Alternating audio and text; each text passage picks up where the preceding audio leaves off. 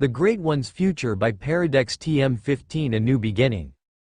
Duke's Pa, my wife and daughters were now at a safe place, the so-called Black Castle and the residence of Rimuru Tempest. Even if the world would collapse, they were safe.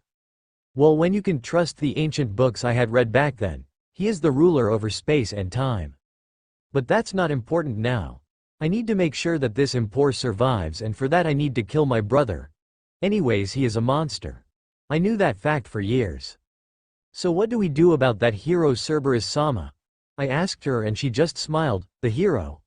What kind of hero-oiled watch that others were killed or treated as sous by the king?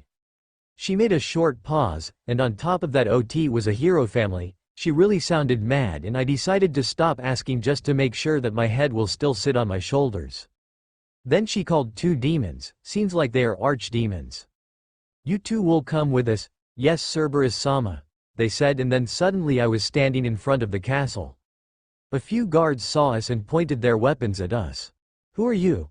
These are demons, kill them. Wealthy ignored me, but I guess it's just normal when you see demons in front of you. Kill them. I don't want to let Rimuru-sama wait any longer, Cerberus said, and those archdemons simply killed all of the guards. At least it was a fast death, I thought looking at them. Tisk, weak humans. It's like they would begging for their death, Cerberus said. Well, we humans can't notice your aura. I think you are hiding it. Even without it, not anyone can feel it, I explained, and she smiled. Do you want to kill him yourself? She asked, and I was confused why she asked this now. It's a complete other topic. I don't need to do that. Don't you want to do it yourself to earn his praise? I asked her, and she laughed. Seems like you are a sharp one, human, she said. My name is Eric. Eric Rosemania, I said, and she ignored me. Anyways, we are going to find the king, princess, and queen, she said. Wait, the princess is only 14 years old and has nothing to do with this, I thought, and looked at Cerberus. Can we let the princess live? After all, she had done nothing, I asked.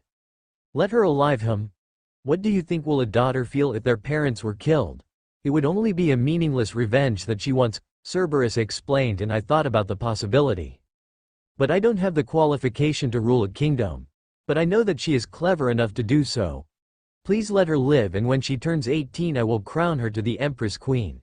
So I need only to balance the kingdom for 4 years, I said. Cerberus pawed this Eric. I don't like humans, and they even dared to do something like that. But somehow this man is a bit different, and I think he is loyal to us. Well, who could go against my Rimuru-sama? Good, I will ask Rimuru-sama, but that was the last thing I will do for you. Understood?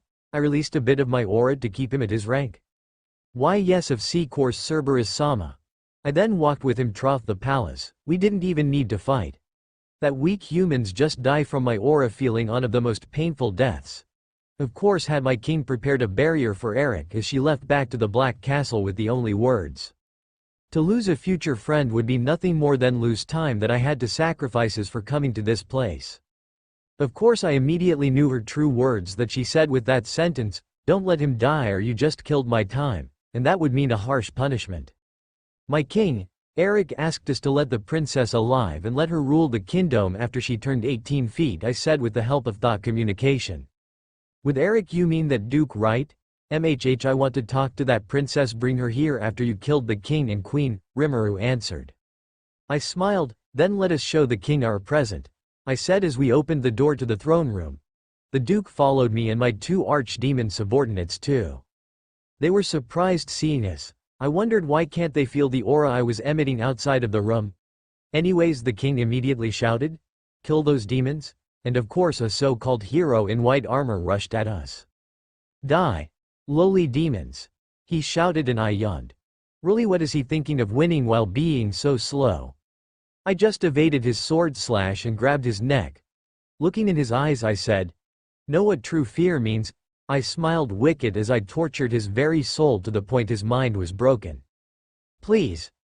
Please just kill me, he said while laying on the ground. The others in the room were surprised and the king shouted.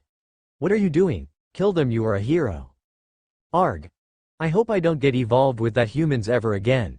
They're so dumb, I sighed and looked at them. I was surprised seeing the princess calmly sitting next to her mother. Seems like she accepted her death so easily? Did she really give up? No, wait. Is this really the case? Did she give up or does she just overcome her fear of death? Knowing what they did and repent on her actions, I thought and smiled interested. So you really think that this thing, I killed the man, was an hero? I laughed at their faces. You're so dumb, ha ha ha, doing such things to the family of the strongest hero from this world, ku ha ha ha.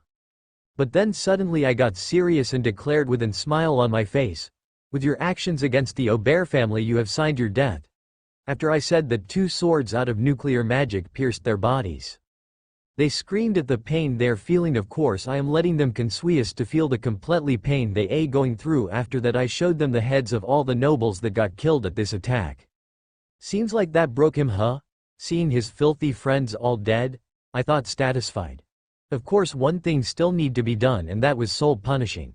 A skill my king gave me. It's a torturing skill that also makes sure the being won't be able to be revived or reincarnated even when the soul didn't bursted.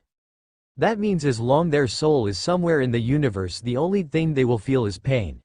That's the judgment my king bestowed upon this lowly humans. Endless pain. But before I activated the skill, the king looked at his brother. So you were the traitor, you bastard. You are wrong. The one who betrayed our kingdom is none other than both of you. I don't know where it began and why you became such a monster. Long enough I looked away because you are my brother, but it's time to say you one thing. You are not from my blood. Never will I accept it.